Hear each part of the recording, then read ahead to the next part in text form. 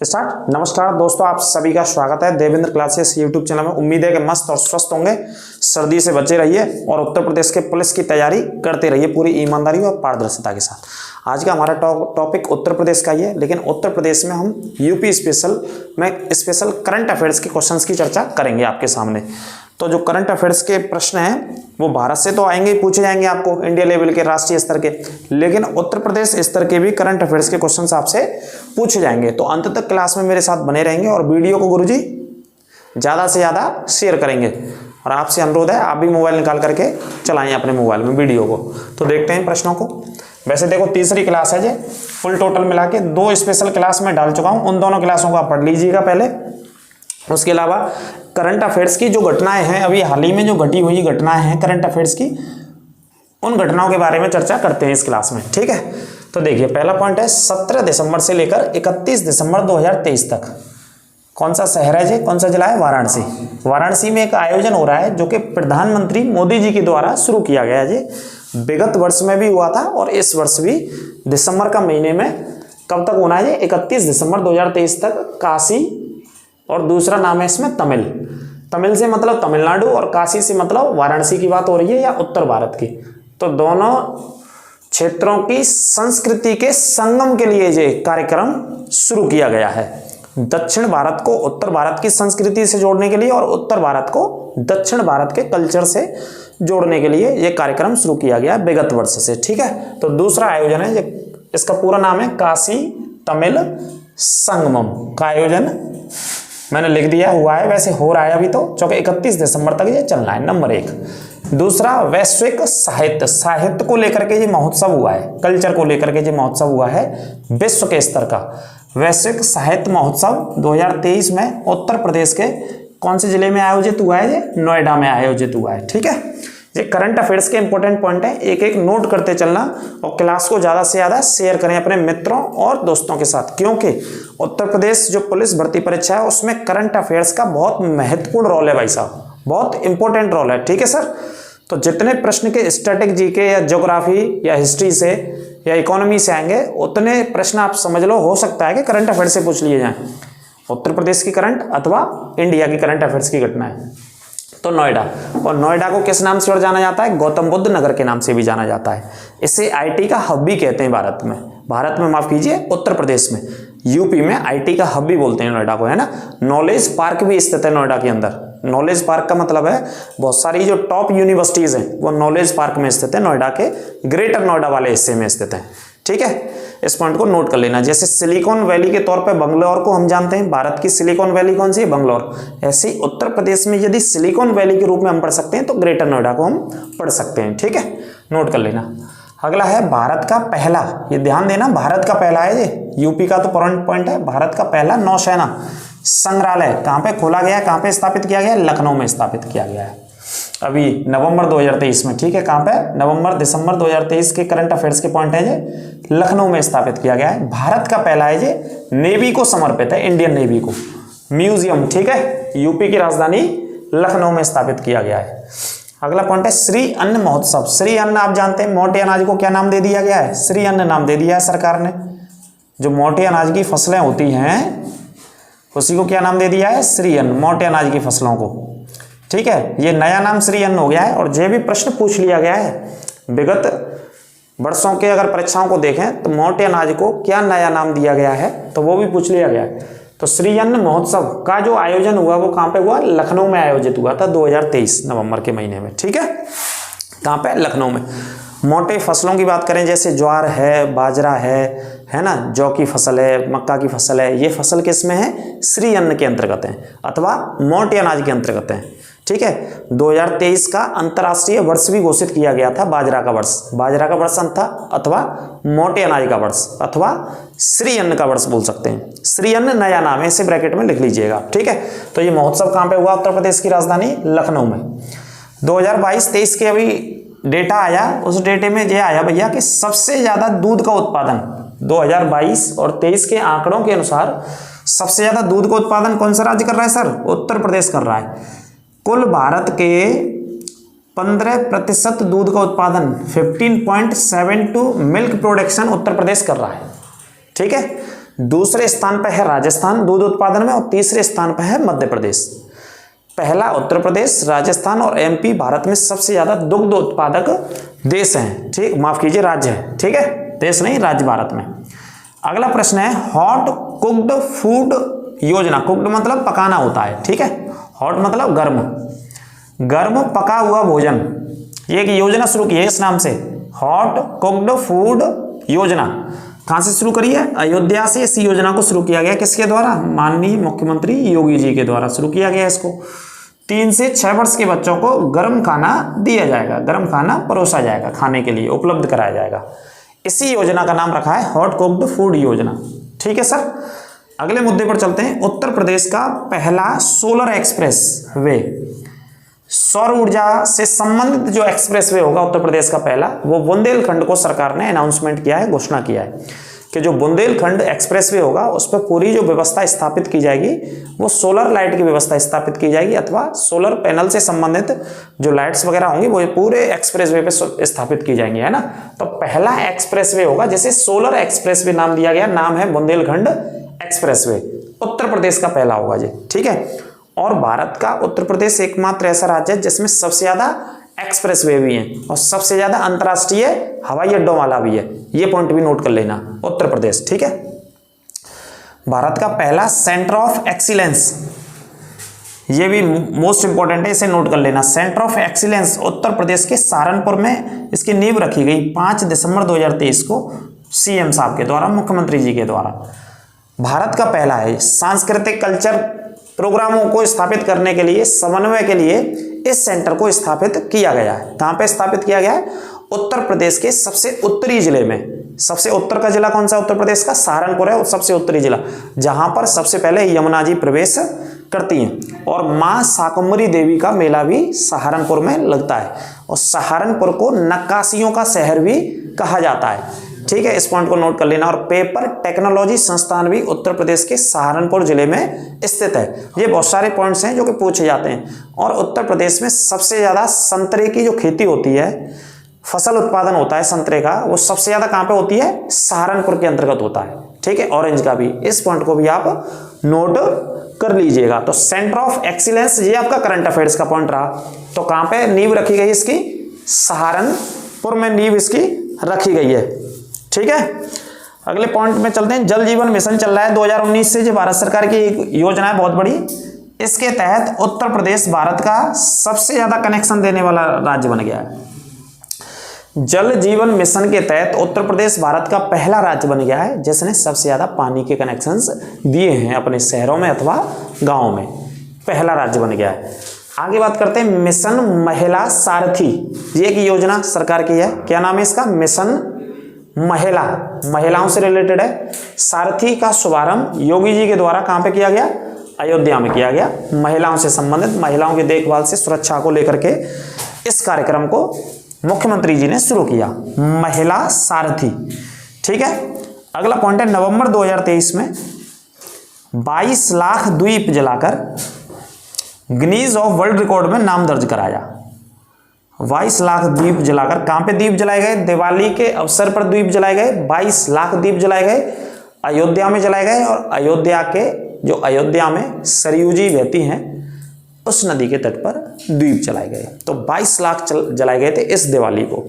ठीक है, अगले पॉइंट की बात करते हैं। अंतरराष्ट्रीय मुख्य न्यायाधीश सम्मेलन, अंतरराष्ट्रीय स्तर का जितने विश्व भर के जो मुख्य न्यायाधीश होते हैं अपने अपने कोर्ट्स के, अलग अलग देशों के चीफ जस्टिस होते हैं, वो आए भारत में और उनका एक सम्मेलन था। उत्तर प्रदेश की राजधानी लखनऊ में हुआ है ये अंतरराष्ट्रीय मुख्य न्यायाधीश 24वां सम्मेलन था। जो उनका लिख लेना, कौन सा सम्मेलन था? 24वां अंतरराष्ट्रीय मुख्य न्यायाधीश का 24वां सम्मेलन कहां पे हुआ? लखनऊ में हुआ था। नोट कर लेना कौन सी जगह हुआ? लखनऊ में हुआ था। ठीक है, अगले पॉइंट में चलते हैं। उत्तर प्रदेश का पहला भेड़ बकरी पालन प्रशिक्षण केंद्र, उत्तर प्रदेश का पहला भेड़ बकरी पालन प्रशिक्षण केंद्र कौन सी जगह स्थापित किया गया? इटावा में स्थापित किया गया है। इटावा में पशुधन मंत्री धर्मपाल जी के द्वारा स्थापित किया गया है ये पहला। इटावा वो शहर है जो कि भेड़ भूमि के लिए जाना जाता है और अपर्दन के लिए जाना जाता है, जहां पर संगम होता है चंबल का और यमुना का। इटावा में लॉयन सफारी भी बहुत प्रसिद्ध है उत्तर प्रदेश के भीतर। क्या प्रसिद्ध है? लॉयन सफारी, जो अखिलेश यादव के टाइम पे स्थापित की गई थी, माननीय मुख्यमंत्री अखिलेश यादव जी। 3 जिलों में राज्य विश्वविद्यालयों की स्थापना की जाएगी, ये कैबिनेट में निर्णय लिया गया है। 3 जिलों में नए राज्य विश्वविद्यालय बनेंगे, एक गोंडा में, एक बनेगा मिर्जापुर में और तीसरा बनेगा आपका मुरादाबाद में। इन 3 जिलों में नए राज्य विश्वविद्यालयों की स्थापना की जाएगी। ये फैसला उत्तर प्रदेश सरकार के द्वारा लिया गया। अगला है हाईकोर्ट के कार्यवाहक मुख्य न्यायाधीश, इलाहाबाद हाईकोर्ट के कार्यवाहक मुख्य न्यायाधीश इस समय बने मनोज गुप्ता जी। कौन बने? मनोज गुप्ता जी। ठीक है, नोट कर लेना। अगला पॉइंट है कंपनी जो होती है बड़ी मल्टीनेशनल कंपनी के सचिवों का राष्ट्रीय सम्मेलन 2 से 4 नवंबर को यूपी के कौन से शहर में हुआ? वाराणसी में हुआ। कंपनी के राष्ट्रीय सचिवों का सम्मेलन। ठीक है, ये पॉइंट नोट कर लेना। कौन सी जगह हुआ है ये सम्मेलन? उत्तर प्रदेश के वाराणसी शहर में हुआ है। आराम से नोट कीजिएगा। कोई दिक्कत शक समस्या हो तो कमेंट करके आप पूछ सकते हैं और ज़्यादा से ज़्यादा क्लास को शेयर करते चलें। करंट अफेयर्स बहुत इंपॉर्टेंट रोल करेगी, करंट अफेयर्स को साथ साथ लिखते चलें और दूसरी क्लास भी आपकी जीके की मिलती रहेंगे यूपी के बारे में। अगला पॉइंट है यहाँ पे दक्षिण पश्चिम, जो दिशा अच्छे से नोट कर लेना। दक्षिण पश्चिम एशिया का सबसे बड़ा पेय पदार्थ मतलब ड्रिंक्स वगैरह, कोल्ड ड्रिंक्स वगैरह उनसे संबंधित बनाई जाएंगी। यहाँ पे पेय पदार्थ संयंत्र का उद्घाटन किया गया। कहाँ पे? अमेठी जिले में। अमेठी जिले में बनाया गया है। दक्षिण पश्चिम एशिया का सबसे बड़ा पेय पदार्थ संयंत्र है ये। कौन से जिले में? अमेठी में। यहाँ से पहले राहुल गांधी सांसद हुआ करते थे, लेकिन इस समय है स्मृति जुबिन ईरानी, महिला एवं बाल विकास मंत्रालय भी है इनके पास और कपड़ा टेक्सटाइल मिनिस्ट्री भी इनके पास है भारत सरकार में। ठीक है, ये पॉइंट नोट कर लेना, अमेठी। आगे बात करते हैं। अभी एक अध्ययन रिपोर्ट दी गई केंद्रीय परिवहन मंत्रालय के द्वारा, तो भारत में सड़क दुर्घटनाओं में सबसे ज्यादा जो लोगों की मृत्यु होती है उसमें पहले स्थान पर यूपी है। तो अभी डाटा आया है 22-23 का, जिसमें 22,995 लोग सड़क दुर्घटनाओं में, 22,995 लोग सड़क दुर्घटनाओं में सबसे ज्यादा लोग मारे गए हैं उत्तर प्रदेश के भीतर। तो इंडिया के अंदर पहले स्थान पे भी है भाई साहब यहाँ भी। ठीक है, बड़ी बहुत सारी चीजों में पहले स्थान पे है उत्तर प्रदेश। एक प्रोग्राम शुरू किया सरकार ने, हर घर सोलर अभियान। सौर ऊर्जा की व्यवस्था को ध्यान में रखते हुए ये प्रोग्राम चलाया है, हर घर सोलर अभियान। तो ये लखनऊ में और उसके अलावा वाराणसी में, लखनऊ और वाराणसी में अभी हाल फिलहाल शुरू किया है सरकार ने 2 जिलों में। हर घर मतलब प्रत्येक घर में कौन सी व्यवस्था सरकार करेगी? सोलर अभियान स्थापित करने सरकार जा रही है, जिससे कि जो इस समय विद्युत का उत्पादन हो रहा है उसकी खपत में कमी लाना और सोलर ऊर्जा को, सोलर एनर्जी को बढ़ावा देना। ठीक है, जिससे पॉल्यूशन पर कंट्रोल किया जा सके, नियंत्रण किया जा सके। तो हर घर सोलर अभियान 2 जिलों में, लखनऊ और वाराणसी में। अगला है उत्तर प्रदेश की दूसरी राजकीय भाषा कौन सी बनी थी? 1989 में बनी थी दूसरी राजकीय भाषा। एक राजकीय भाषा हमारे उत्तर प्रदेश की है हिंदी, जो कि 1947 में बनी थी, 1947 में ये अपनाई गई। और दूसरी राजकीय भाषा उर्दू को अपनाया गया 1989 में। कौन सी वर्ष में? 1989 में, 1989 में। नोट कर लीजिएगा और क्लास को ज़्यादा से ज़्यादा शेयर करते रहें। लाइक करना ना भूलें, कंजूसी नहीं लाइक करने में। देखो, उत्तर प्रदेश की पहली कैबिनेट की बैठक गुरुजी, उत्तर प्रदेश के इतिहास में या उत्तर प्रदेश की पहली कैबिनेट की बैठक। आमतौर पे कैबिनेट की बैठकें कहाँ होती है? देखो, भारत सरकार के स्तर का मामला होगा तो दिल्ली में होगी, राजधानी में ली जाती है, प्रधानमंत्री लेते हैं, अपने पीएमओ आवास पे ले लेते हैं कैबिनेट की मीटिंगों को। और उत्तर प्रदेश की बात होगी तो उत्तर प्रदेश की राजधानी लखनऊ में मुख्यमंत्री आवास पे होती हैं। 5 कालिदास जो मार्ग है मुख्यमंत्री का आवास निवास स्थान। ठीक है, लेकिन लखनऊ के बाहर पहली बार कैबिनेट की बैठक ली गई आदरणीय मुख्यमंत्री जी द्वारा। वो कहाँ पे ली गई? अयोध्या जी में।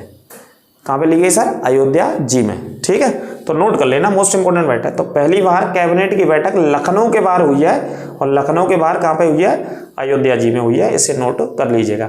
और अयोध्या जी स्थित है कौन सी नदी के तट पर? सरयू नदी के तट पर। और अयोध्या जी का बहुत सुनोगे आप अभी आगे चल के अखबारों में, टीवी में, समाचार पत्रों में। 22 जनवरी को भव्य राम मंदिर में प्राण प्रतिष्ठा की जाएगी, जिसमें देश विदेश के साधु संत समाज के लोग वहाँ पहुँचेंगे और पूरा विधि विधान से प्राण प्रतिष्ठा की जाएगी। और 25,000 यज्ञ भवन बनाए गए हैं, कुंड बनाए गए हैं जिनमें यज्ञ हुआ, 25,000 की संख्या में बनाए गए अयोध्या जी के भीतर।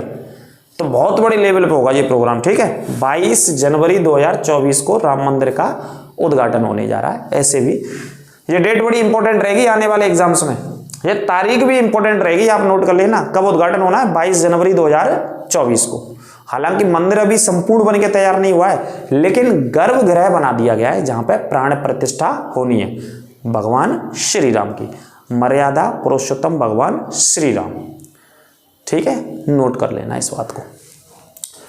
एक योजना सरकार ने शुरू करी है, बंधन योजना। इस योजना का उद्देश्य सांस्कृतिक और धार्मिक स्थलों का विकास करना, सांस्कृतिक पौराणिक धार्मिक स्थलों का विकास करना। कौन सी योजना? बंधन योजना, उत्तर प्रदेश सरकार।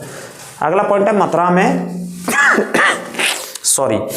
मथुरा में संत मीराबाई की 525वीं जयंती पर, कौन सी जयंती मनाई गई? 525, यही ऑप्शन में याद रखना है। 525वीं जयंती पर प्रधानमंत्री जी ने हिस्सा लिया। उस समय राजस्थान के चुनाव कैंपेन में थे माननीय प्रधानमंत्री जी, मेरे ख्याल से भरतपुर में प्रचार में थे, तो भरतपुर से मथुरा आए और मथुरा में वृंदावन आकर के उन्होंने 525वीं मीराबाई की जयंती में शामिल हुए और एक डाक टिकट और एक सिक्का भी जारी किया माननीय प्रधानमंत्री जी के द्वारा। ये नोट कर लेना, ठीक है। नवंबर 2023।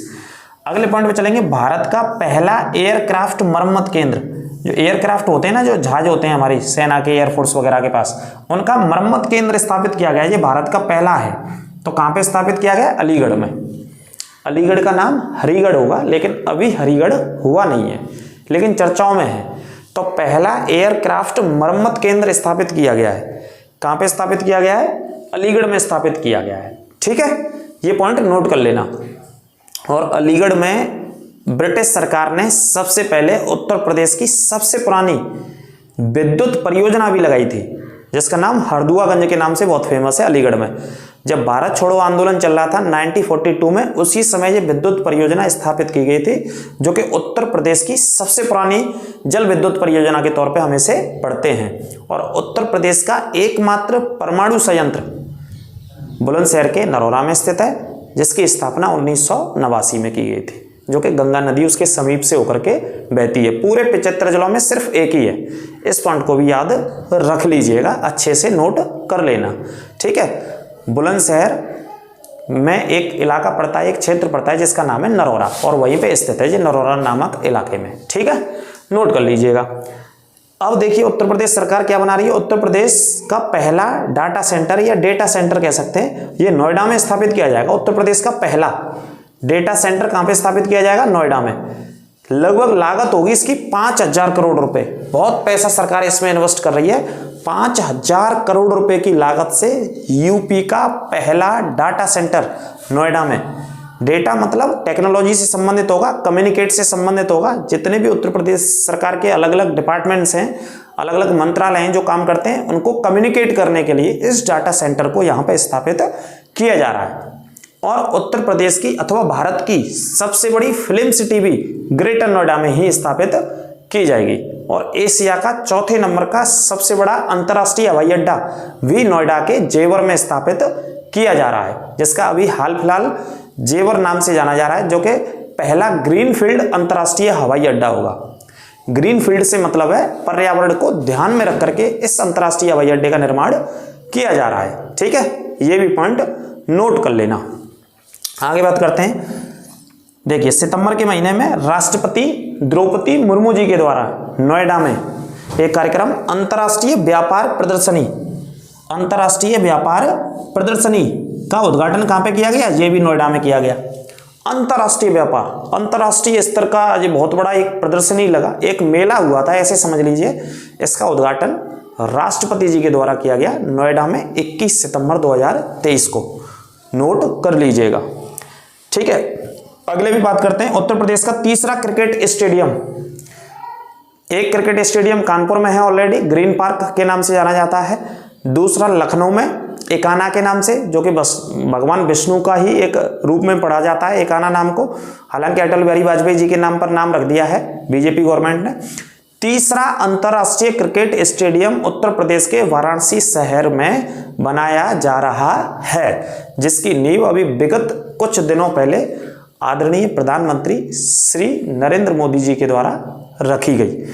ये क्लास पूरी की पूरी करंट अफेयर्स के क्वेश्चंस से संबंधित थी। जितने भी नवंबर और दिसंबर की हाल फिलहाल की घटनाएं थी या योजनाएं थी उत्तर प्रदेश सरकार की, वो मैंने इसमें कवर की हैं। और भी करंट अफेयर्स की क्लासेस आपके लिए लाएंगे।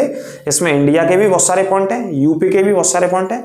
क्लासों को देखते रहिए, प्रत्येक पॉइंट को नोट बनाते चलिए, नोट्स करते रहिए, क्योंकि नोट बनाएंगे तभी आपको याद हो पाएंगे। तब तक नहीं लिखेंगे तब तक आपको याद नहीं होंगे। और क्लास को अपने दोस्तों और मित्रों के साथ, सहकर्मियों के साथ, कलीग्स के साथ ज़्यादा से ज़्यादा शेयर करते रहें।